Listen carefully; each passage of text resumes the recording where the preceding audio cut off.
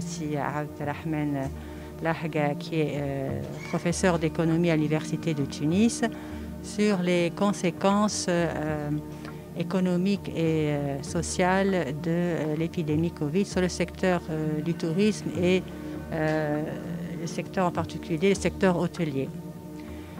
Donc cette étude a permis de mettre en lumière qu'il y a une décroissance très importante du secteur en 2020, comme vous le savez tous.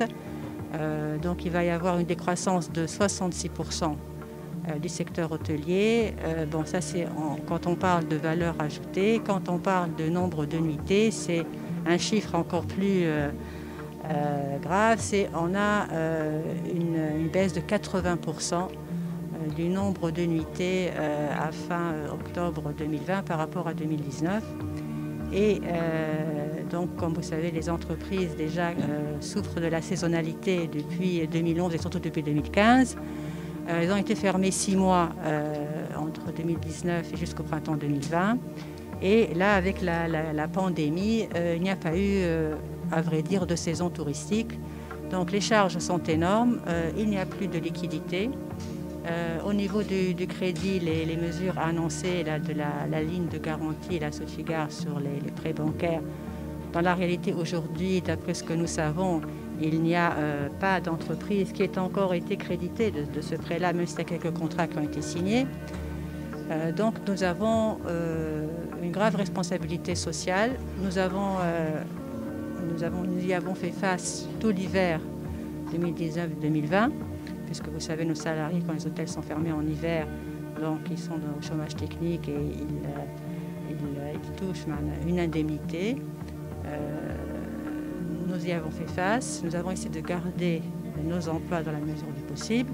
Mais aujourd'hui, la situation, après 2 mois de saison touristique très réduite, il n'y a plus de moyens pour faire face à cette responsabilité sociale.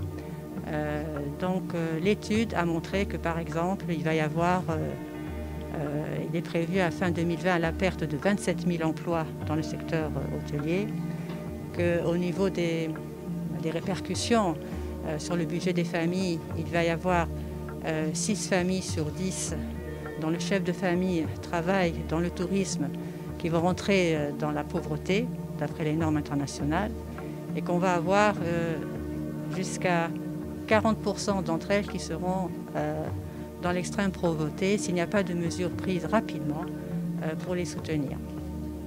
Et concernant les dernières mesures gouvernementales, est-ce qu'elles sont suffisantes ?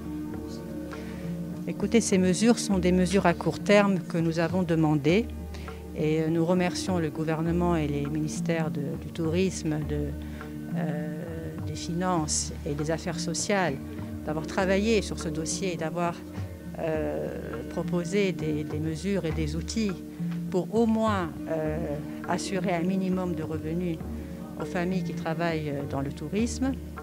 Il y a aussi eu des mesures pour reporter certains engagements au niveau des charges sociales ou fiscales. Ça va diminuer un petit peu les charges de l'entreprise. Ça ne va pas lui fournir malheureusement de liquidité. Et disons que la permanence de cette entreprise, leur vie aujourd'hui est en danger parce qu'il va falloir tenir jusqu'au mois d'avril. On n'a pas du tout de vision sur la reprise, à quel taux il y aura une reprise en 2021. Donc c'est une situation très très difficile. Ces mesures à court terme, ce sont des mesures qui vont un petit peu aider. Il va falloir des mesures à moyen terme et à long terme qui permettent aux entreprises de se préparer à la reprise. Parce que comme vous savez, les hôtels, ça demande beaucoup de maintenance. Pour assurer une qualité de service, avant l'ouverture, on doit investir des sommes importantes. Et donc, avant, on travaille très bien l'été.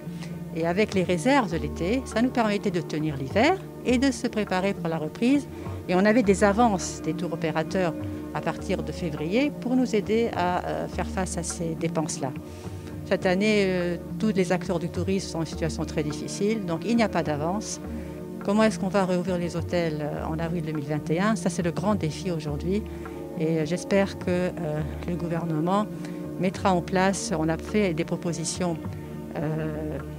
concernant la restructuration financière des entreprises.